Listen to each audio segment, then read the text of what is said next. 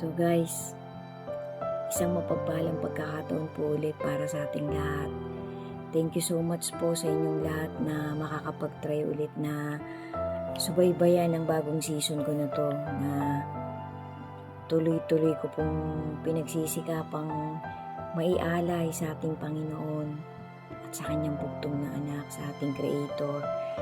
Kasama ko po kayo guys, sa lahat po ng nagpa-follow sa akin, sa lahat po ng nagtatry na magtapos ng mga ganito kong content, pati na rin po yung mga simpleng templates dyan. Ang Panginoon na po ang bahala magbalik sa inyo sa pagbibigay nyo sa akin ng maiksing panahon ninyo para kahit papaano tapusin ninyo ang duktong-duktong kong content na ganito. Amen. Ang Panginoon po kahit kailan hindi niya po kakalimutan ng pagsisikap ng lahat ng may faith sa Kanya at sa Kanyang bugtong na anak, na patuloy-tuloy na pinapakita ng isang specific na tao ang Kanyang pagsampalataya sa magagawa ng isang makapangyarihang Diyos, sa pagpapakita ng specific na tao na siya ay tumatanaw ng utang na loob, patuloy-tuloy na tumatanaw ng utang na loob sa kanyang kalusugan, sa lahat-lahat ng nangyayari sa buhay ng isang specific na tao. Kahit kailan po ay hindi babaliwalain ng ating Creator ang pagpapakita mo sa kanya ng respeto, pagtitiwala sa magagawa niya, pagbibigay sa kanya ng paggalang talaga, pagbibigay sa kanya ng gratitude sa kung ano ang status mo sa buhay mo. Yan po talagang 1,000,000% inililista ng ating Panginoon lahat ng pagpapakita natin sa kanya, ng pagsisikap natin makaunawa pa ng kanyang mga motivation, ng kanyang makapangyarihang mga salita, generation by generation. Salamat po sa inyong lahat. Patuloy-tuloy po tayong maglakap ng maglakap, mag-ipon ng mga malilinaw na pagpapaliwanag ng ating ng kung sino mang ginagamit ng ating Creator sa generation natin ngayon. Namnamin po natin at pilitin po nating maisabuhay ang kanyang makapangyarihang salita habang tayo pong lahat ay malakas pa at may malinaw pang pag-iisip, at kaya pa nating tumawag sa Kanya at magpasalamat ng magpasalamat. Amen. So guys, ito po yung continuation. Kasi sabi po nung ibang mga tumutulig sa talaga sa banal na scripture na ating Panginoon, generation by generation, ay iba po ang kanilang mga itinatawid guys. Napakarami po talaga ngayon nagtatawid na maliligaw pa ang mga makakakita ng kanyang pagtatawid. So ako po, sa akin pong maliit na nauunawaan, na isinearch ko din po sa banal na salita ng ating Creator sa kanyang love letter. Ang so far naman po, mga pinapanood ko na sinisikap ko din pong magawa ng malinaw na content ko, kahit papano po, narinig ko na din po yung iba doon, yung karamihan sa mga napapanood ko ngayon. Narinig ko na rin po ang pagpapaliwanag sa iba-ibang pastor at mga mangangaral ng huling generation nga natin. So ako naman po, kahit papano, alam ko din naman po na ang nakakakita sa akin may pagkaunawa na rin sa salita ng ating Panginoon. Kasi sabi nga po, inuutos din po talaga ng ating Panginoon na sikapin nating maunawaan ang kanyang mga salita. Kasi yan po ay parang assignment ng mga tao, generation by generation.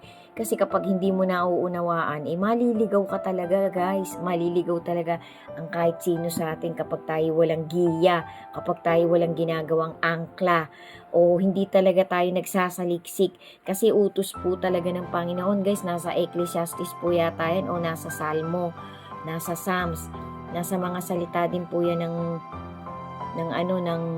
ng Proverbs, na ang utos talaga ng ating Panginoon ay saliksikin mo ang aking mga salita, sapagkat ito'y parang isang matamis na mansanas, parang isang ginto na talagang titimo sa puso't isip mo na magiging giya mo sa pamumuhay mo habang ikaw ay humihiram pa ng buhay sa ating Panginoon.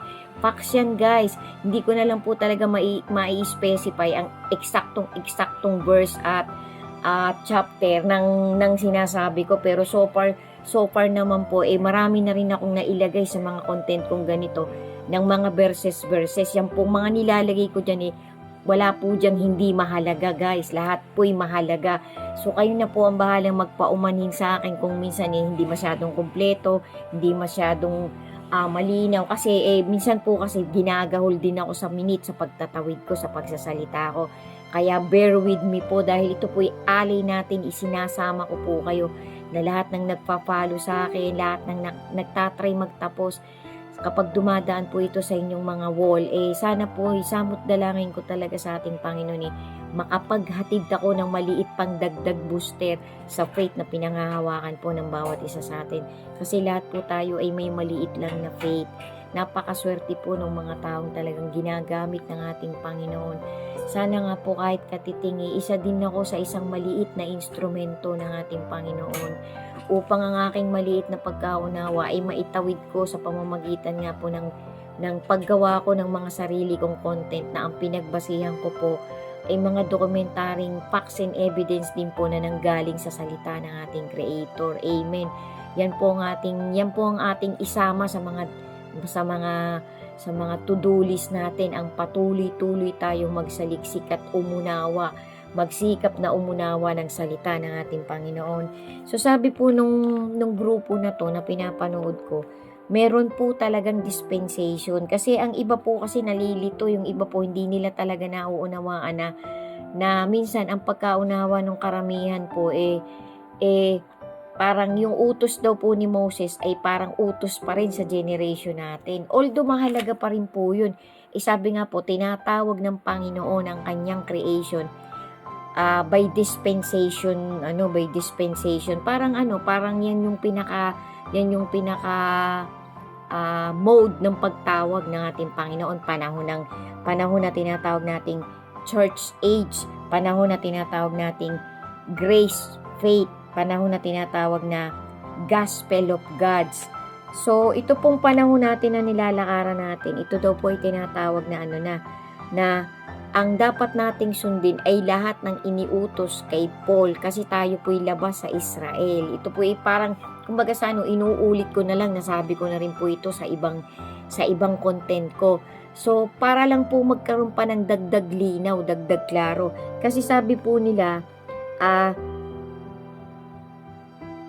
sinabi ng ating Panginoong Hesus na ang dapat talaga natin pakikinggan na tayo'y mga Kristiyano sa huling generation, although magkakaroon pa rin po ng mga tribulation Christian, yung pong era, yung pong mode ng Great Tribulation, meron pa rin pong mga sacrificial saints, yung pong mga Christian of the Tribulation dispensation.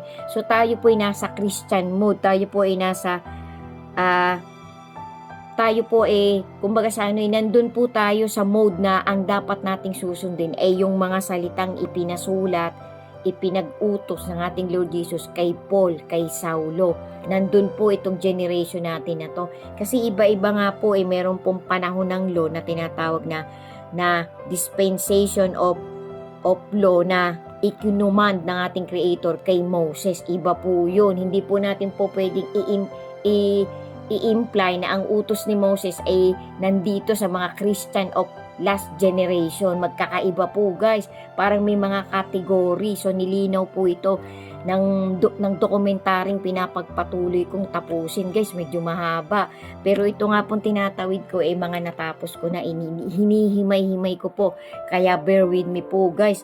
Meron din pong tinatawag na panahon ng grace, yun nga po yung salita na ng ating Lord Jesus na parang panghahawakan ng faith mo yung mga salita ng ating Panginoon, mga ginawa niyang himala na sa pamamagitan ng pagsampalataya mo kay Kristo nandun ka sa panahon ng grace. Ibig sabihin talagang pag nagtiwala ka ng 100% sa ating Panginoong Hesus, pwede mong masabi na 80 to 90 meron kang salvation. So may category din po yung salvation guys.